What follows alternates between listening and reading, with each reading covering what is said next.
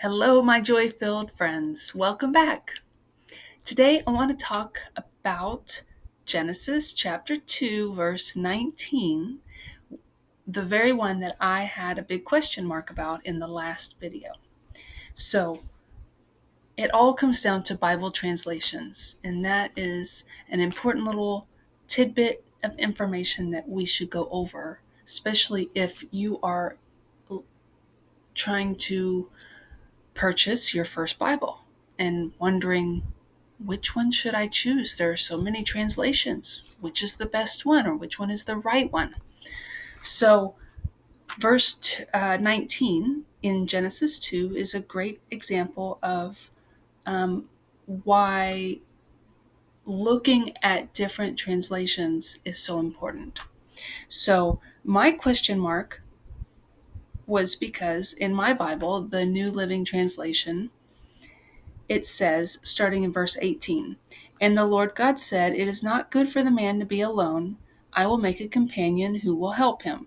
So the Lord God formed from the soil every kind of animal and bird, and brought them to Adam to see what he would call them.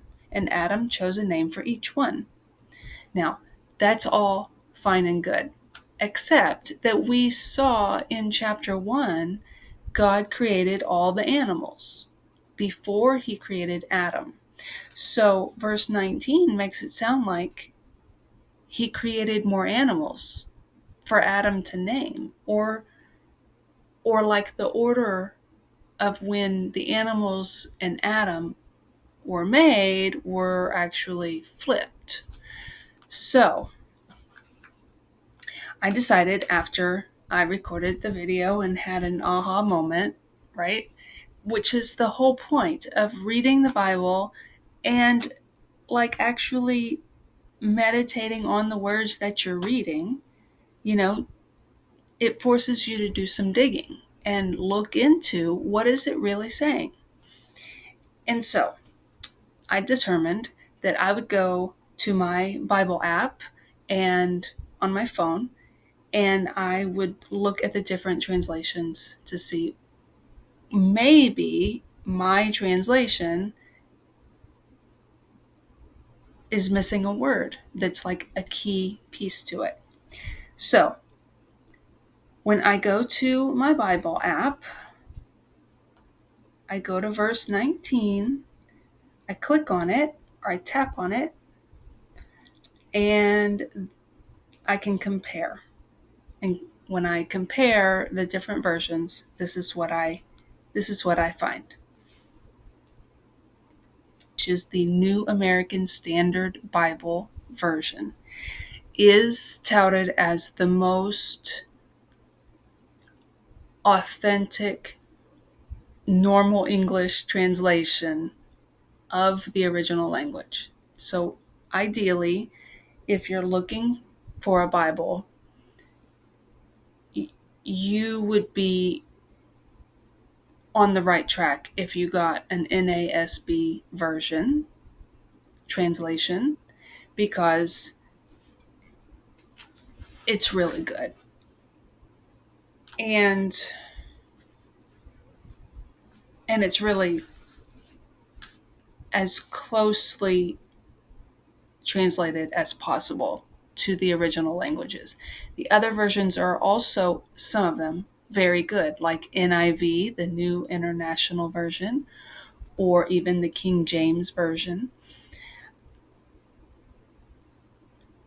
I personally like the New Living Translation, but I also like to have in my toolbox other translations to refer to. I just think the readability of the NLT just flows better in my brain. But the NASB is excellent translation, and I often use that. A lot of churches that I've attended use that version as well. A lot also use the English Standard Version, ESV. And so I am going to read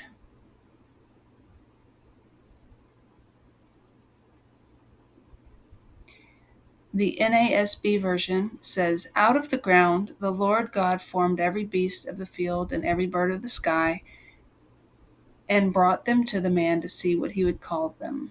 And whatever the man called them, a living creature, that was its name."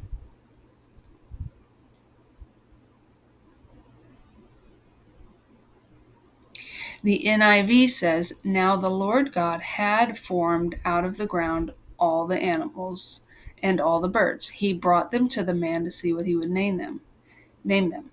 So,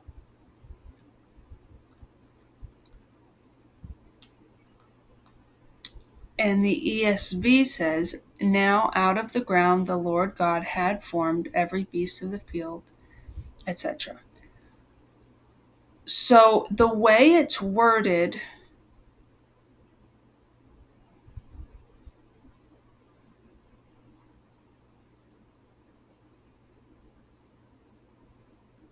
is in the past.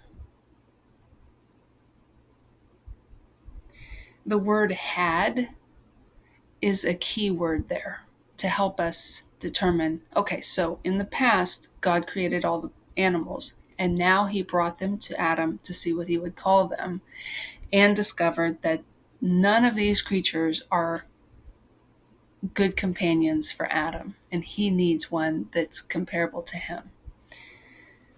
So, again, it is super important to get a trustworthy Bible translation, which, again, I think the New Living Translation is perfectly trustworthy.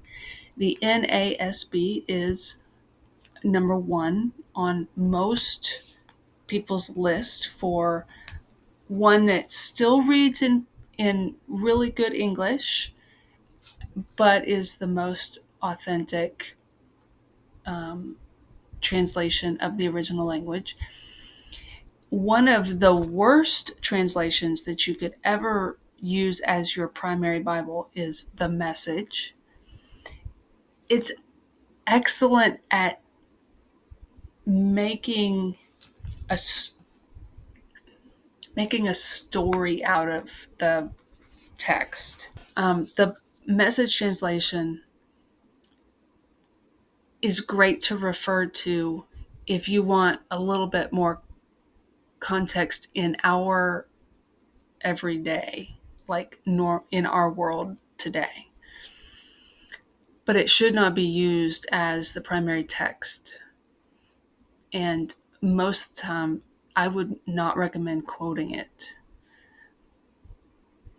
It's best to stick as closely as possible to the original language, the Hebrew and the Greek, the Latin, all that it was actually written in, and do our very best to translate it as closely as possible, which is what those translators have done, especially with the NIV, the NASB, the King James.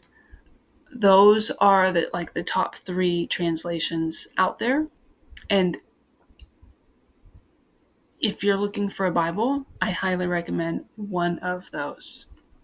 As well, the New Living and the English Standard versions are excellent. So you can find a lot of great Bibles that are study Bibles. I think I've mentioned before, mine is a Life Application Bible, and it's the New Living Translation version. It's super. It has maps in here. It has lots of commentary in the bottom.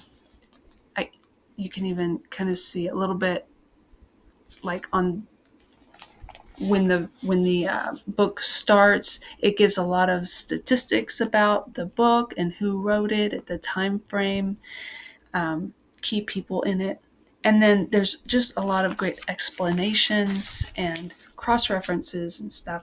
So it's like a study reference in and of itself.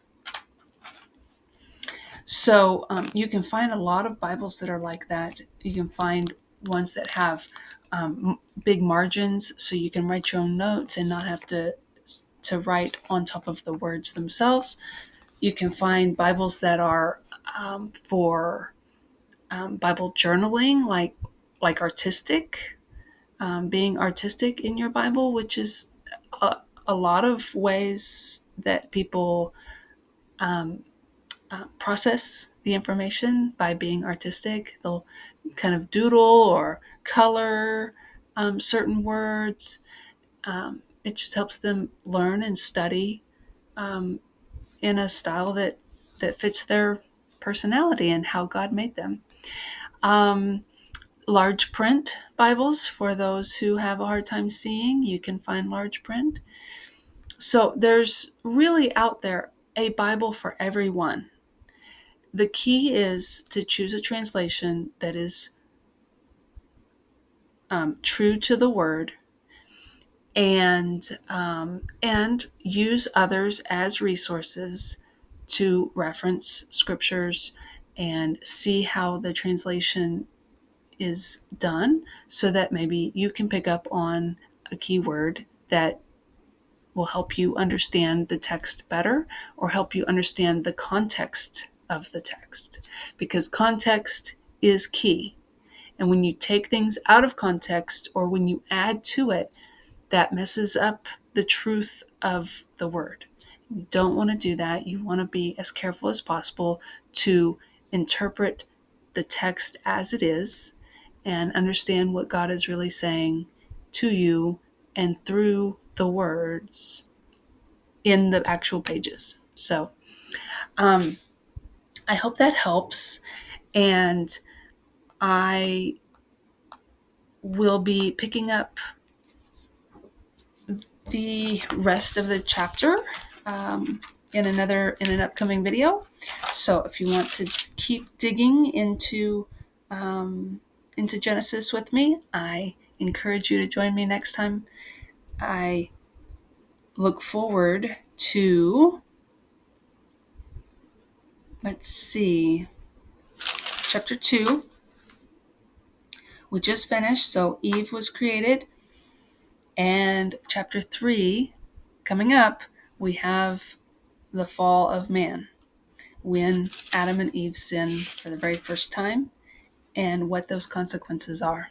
So stay tuned, come back and join me, and until next time, be joyful.